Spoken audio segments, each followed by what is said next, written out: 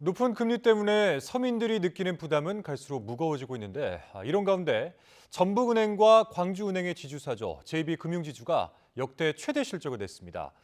대출금리에서 예대금리를 뺀 예대마진이 업계 최고 수준으로 높아서 고금리 장사를 한 게 아니냐는 따가운 눈총이 쏟아지고 있습니다. 김민성 기자의 보도입니다. JB금융지주의 지난해 당기순이익은 전년 대비 18.6% 증가한 6,010억 원이었습니다. 역대 최대 실적으로 2020년 코로나 특수 이후 3년 연속 그 기록을 갈아치우고 있습니다. 이런 호실적을 견인한 건 주력 계열사인 전북은행과 광주은행입니다. 전년 대비 순이익이 전북은행은 13.5%, 광주은행은 무려 33% 증가해 두 곳 모두 2천억 원 선을 넘어섰습니다. 지주그룹의 경우 경영 효율성을 알려주는 지표인 지배지분 자기자본이익률은 13.9%를, 총 자산이익률은 1.05%를 기록했습니다. JB금융지주는 이를 두고 업계 최상위 수익성이라고 자평했습니다.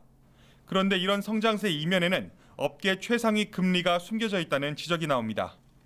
실제로 지난해 12월 기준 전북은행과 광주은행은 대출금리에서 예금금리를 뺀 이른바 예대마진 부분에서 지방 6개 은행 중 1, 2위를 차지했습니다. 전북은행은 이를 공시하는 전체 19개 은행 가운데 예대마진이 가장 높은 것으로 나타났습니다.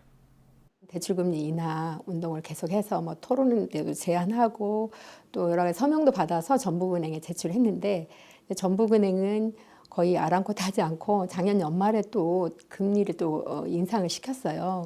전북은행은 이런 비판에 대해 서민금융진흥원 관련 대출 등을 제외하면 실질 예대 금리 차는 다른 은행들과 비슷한 수준이라고 해명했습니다.